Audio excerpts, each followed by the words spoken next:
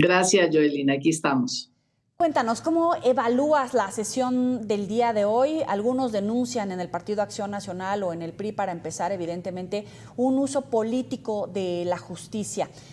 ¿Existe como tal? ¿Lo ves como tal, independientemente de los casos que hemos mencionado? Bueno, a ver, primero, el día de hoy nuestra posición fue que tendría que haberse suspendido la discusión.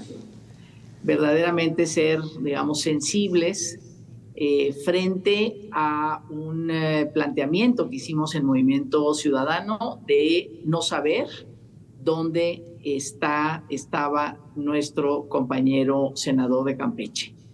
Y con la certeza, porque teníamos la información, de que había sido en la madrugada detenido su padre y también durante el día el coordinador de los diputados locales de Movimiento Ciudadano. Entonces, frente a esta situación, finalmente estamos hablando de un senador de la República, mientras esto no estuviera claro y además la movilización que se estaba dando afuera del Senado nos obligaba a suspender y a escuchar, finalmente a dialogar con no solamente con los trabajadores, jueces, magistrados del Poder Judicial que se manifestaban, sino también con los estudiantes, con los jóvenes. Es decir, era una situación especial que el Senado tenía que responder. Primero, nuestra posición ha sido esta discusión no se puede dar en estas condiciones, abramos el diálogo para que finalmente, digamos, cuando se decida retomar, pues ya habremos discutido o habremos dialogado con los estudiantes, que finalmente esa era la consigna más importante que se estaba desarrollando. Y además, nosotros con esta situación de un senador que no ha dicho qué es lo que está pasando, aunque ahora tenemos la seguridad, porque hay gente que se trasladó, nuestra coordinadora parlamentaria, Ivonne Ortega, a Campeche, para que ya está la seguridad de que están ahí, dentro del tribunal en Campeche, tanto estos que yo he manifestado y por supuesto nuestro senador en apoyo a su padre. Ella se está trasladando para allá, ¿cierto? Solo para confirmar. Ya se trasladaron para allá, pero no han podido hablar con ellos, pero tienen ya la seguridad, digamos, de que están ahí, puesto que ya los vieron. Esta es la información que tenemos.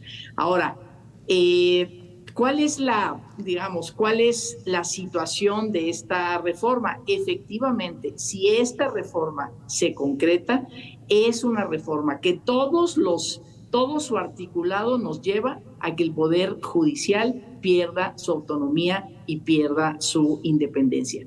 Y una reforma que por más 2 meses, 3 meses, 4 meses que se haya discutido, es una reforma que necesita mucho más tiempo, 1, 2, 3 años, como otras reformas que se han hecho a los diferentes poderes hasta lograr los mayores consensos, sobre todo con los operadores, en este caso de justicia, que tienen mucho que decir. En estos foros que hizo la Cámara de Diputados y Diputadas salieron muchísimas propuestas interesantes. No es la polarización de o todos son electos por voto popular o todos entran a un proceso de selección. Para eso son los procesos de diálogo, de construcción de acuerdos, porque puede haber distintas combinaciones. Creo que todos estamos de acuerdo que necesita ser reformado el Poder Judicial, el sistema de justicia en general, para que las personas puedan acceder a una justicia cotidiana, expedita, que las satisfaga, pero no de esta manera, porque de esta manera el Poder Judicial va a perder totalmente su autonomía y su independencia. Patricia, con toda la humildad te lo pregunto, a partir de este momento que ya están en Xicoténcatl, ¿cuáles son los mínimos necesarios para que efectivamente la votación sea legal? Porque hay muchos diputados que están denunciando que no han logrado entrar, que no está el quórum necesario para realizar la votación y aprobación como es debido. Morena dice que ya tiene a los 86 votos asegurados adentro del recinto. En la oposición, ¿sabes cómo está y cómo debería de ser? ¿Cuáles son evidentemente esos parámetros? Mira, el quórum ya estaba establecido en la segunda sesión que se abrió a las 2 de la tarde. Ya estaba establecido porque el presidente de la mesa directiva solamente declaró un receso. Por lo tanto, no tiene que volverse a establecer digamos, el quórum. En cualquier momento, cualquier senador o senadora puede pedir rectificación de quórum. En este momento no lo han pedido y bueno, será porque la consideración es que el problema no es el quórum, puede haber, digamos, otro tipo de cuestiones jurídicas de proceso parlamentario que digan que adentro están sus 86. No, eso no es lo importante. Adentro tienen que estar todos los senadores y las senadoras para poder dar esta discusión y a la hora de la votación, pues ya veremos cuántos votan a favor, cuántos votan en contra en lo general y luego entraremos digamos, a los votos en lo particular, que son diferentes enmiendas que van proponiendo cada uno de los legisladoras, de las legisladoras. Y bueno, pues ahí lo que entendemos es que la coalición mayoritaria no aceptará ninguna enmienda para que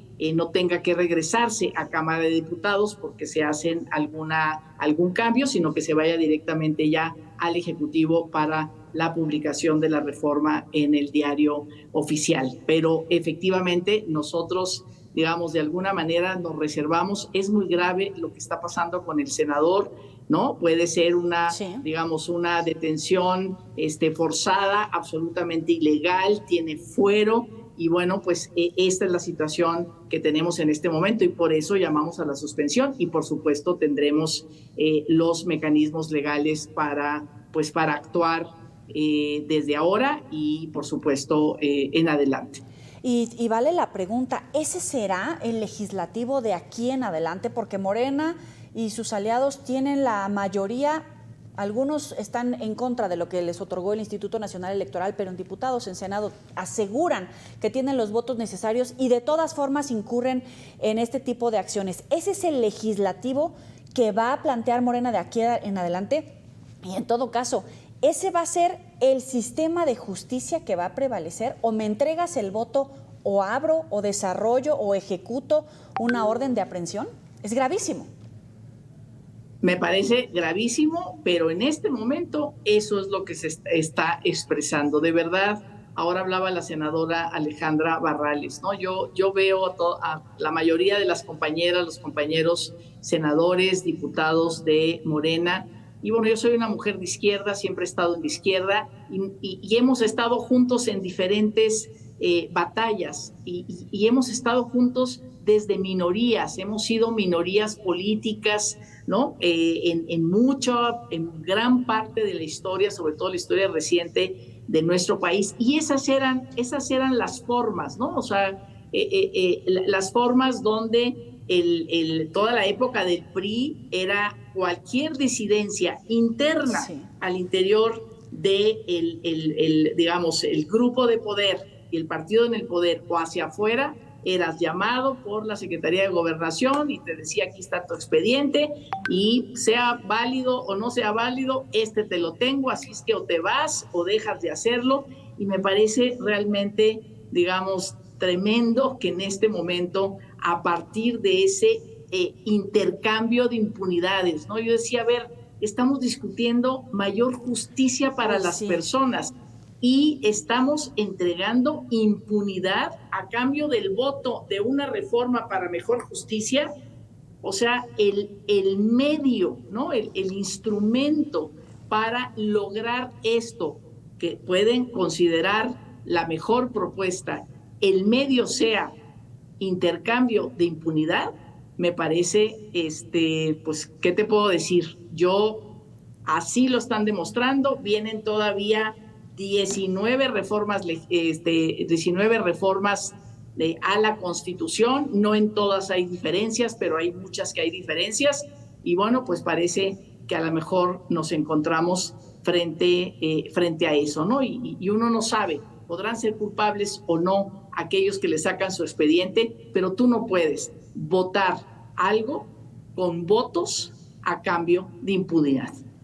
Claro, y en todo caso también ya se rompe hoy por hoy el sistema de pesos y contrapesos, porque ya no es la representación de la gente que le otorgó el voto, sino, como bien lo dices, que me parece gravísimo, que me parece que deja marcada una hoja en la historia, un intercambio de impunidades. ¿Qué es lo más grave?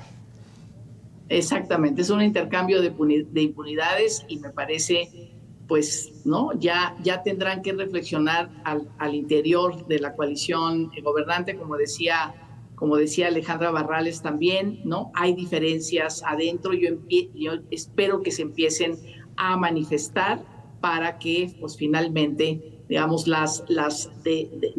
ya de lleno, ¿no? Hay una sobrerepresentación, la hemos demostrado de muchas maneras, Movimiento Ciudadano está subrepresentado, tenemos un 11% de votación y tenemos un 4% de representación, entonces hay una subrepresentación ahí. O sea, en realidad el Congreso es la representación de la pluralidad del país, de la diversidad de ideas, de propuestas, de movimientos y pues que se nos imponga una mayoría, ¿no?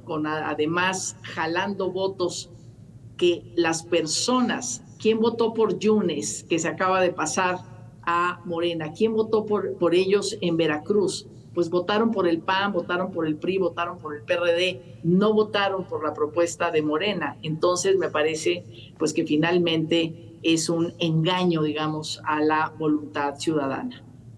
Y que de fondo lo que decías al principio, todo mundo coincide en que el Poder Judicial es perfectible, que hablar de 90% de impunidad pues es algo que nos lleva a revisar qué estamos haciendo mal, pero a este grado pues ya llegamos al otro extremo, ¿no? Ya no hablamos de procesos, ya no hablamos de apego a la justicia, a la Constitución, al Estado de Derecho, ya es romper con todo lo establecido y no cuando se apruebe la reforma, hoy por hoy es lo que estamos viviendo.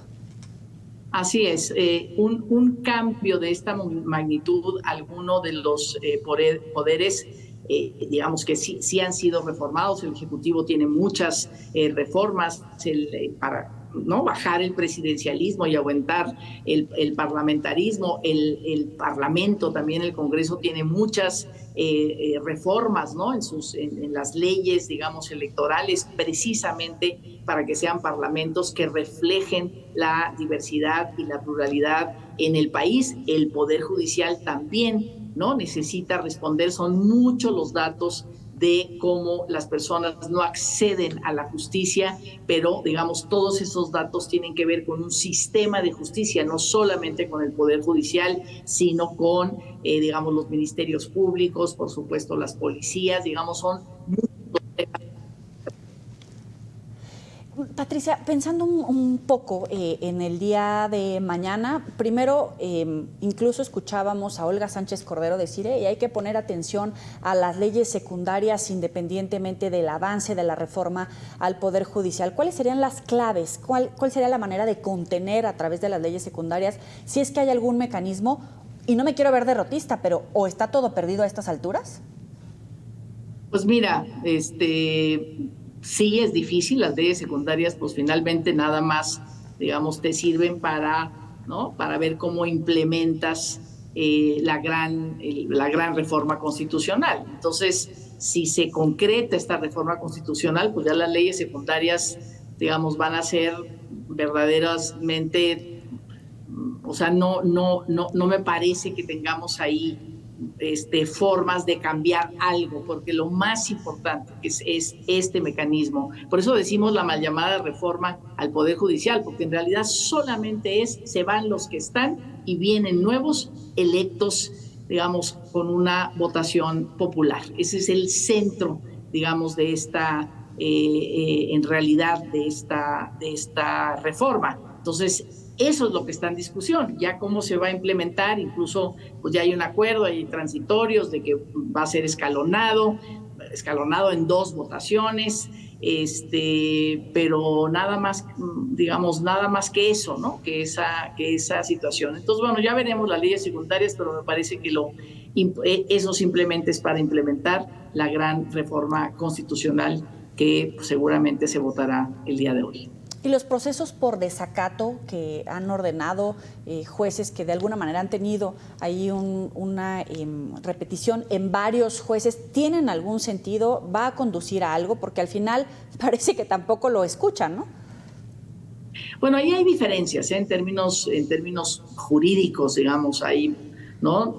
Digamos, por supuesto que se va a tomar en cuenta que no se le hizo, digamos, no asumió el Senado, el Congreso de la Unión, no asumió las resoluciones, estas 3 resoluciones para suspender esta discusión, que, bueno, como sabemos, son suspensiones, ¿no?, temporales para demostrar ante el Poder Judicial que se tiene razón o que no, tal. De todas maneras, todo eso, por supuesto, se va a impugnar, todo eso tiene un camino jurídico, pero, digamos, hay diferencias donde no es solamente la oposición contra la mayoría, ¿no?, sino hay diferencias incluso entre los juristas y eso, sí. si estas suspensiones son válidas o no, pero todo eso se está, pues finalmente se está compilando para hacer, ¿no?, una vez que se concrete ya la votación y, digamos, los hechos, para que puedan ser impugnados y, bueno, pues ya serán las autoridades, sobre todo las autoridades electorales, quienes definan, digamos, qué fue lo que sucedió, quién tiene la razón. Todavía hay un mañana, ¿no? No se acaba con esta votación, todavía hay un mañana en ese sentido de si es válido o no en estas condiciones y con ese tipo de resoluciones de jueces que es válido o no haber llevado a cabo esta discusión. Luis Donaldo Colosio Rioja se está hablando en este momento en Xicoténcatl mientras platicamos contigo, Pati. Muchos dicen que es un día histórico, un día triste para la República, en todo caso innecesario para el presidente López Obrador, pero otros aseguran que es la mejor manera de cerrar el gobierno del presidente López Obrador, evidentemente sin tomar en cuenta el nerviosismo económico del peso frente al dólar, evidentemente todas las reacciones en el sector empresarial, para empezar con el TEMEC, pero también con esta inestabilidad que empieza a respirarse. ¿Cómo lo evalúas tú? No, yo creo que el presidente le está dejando a la presidenta, una nueva presidenta, una presidenta mujer que está generando, que ha generado tanta expectativa, pues le deja un país crispado, finalmente, sin ninguna necesidad. Porque efectivamente podría haber mandado el presidente saliente decir, ¿saben qué? Aquí les dejo estas 20 propuestas, estas 18 propuestas de reformas constitucionales y no se las dejo al Congreso, me voy y, bueno, pues ojalá, ¿no? Ojalá, presidenta, pues hagas tu propio proceso para que estas reformas puedan ser llevadas a cabo. Y entonces la presidenta, en su programa, sus primeros 100 días, en su visión de por dónde llevar al país, que los primeros días son muy importantes, ¿no? Los primeros 100 días son quién eres, qué importancia, qué políticas públicas vas a poner por delante, ¿no? Qué reformas legislativas, qué nuevos marcos de convivencia y de acuerdo necesitas. Y, bueno, pues le deja a una, digamos, una movilización que no hay que minimizar, ¿no? Son jóvenes, son trabajadores, es este poder, es un movimiento además a nivel nacional. Le deja, digamos, una situación de inestabilidad cuando francamente me parece que no era necesario de esta manera. Si confía en ella, le hubiera dicho, aquí están las iniciativas, ojalá sean parte de tu gobierno, te las dejo, es mi último legado, y se acabó, a dejarle realmente la situación que está, o sea, esta situación de polarización, de violencia, de confrontación con sectores muy importantes de la sociedad, sobre todo la población joven, la población estudiantil, que hay que tener, digamos, consideraciones que cuando los jóvenes se movilizan, pues pasan cosas, y esa ha sido la historia de nuestro país y del mundo. Claro. Entonces, pues sí, me parece que es un día histórico, histórico por todo esto que hemos estado viviendo y que de veras no era necesario. La presidenta, hay una posibilidad, no sé, si los trabajadores siguen tomando el Congreso, la Cámara de Diputados, viene su toma de protesta, un momento tan importante, porque efectivamente que sea la primera presidenta mujer es importante para el país. Ya en ese mismo sentido genera mucha esperanza. ¿Qué necesidad? ¿Por qué dejarle esta situación tan complicada? Y bueno, pues es histórico por eso, porque viene mañana y viene pasado y viene pues ya la toma de posesión de la primera presidenta en este ambiente tan encrispado. Patricia Mercado, te apreciamos mucho estos minutos para el auditorio de Mega Noticias. Gracias a ti, hasta luego, buenas noches. Hasta luego.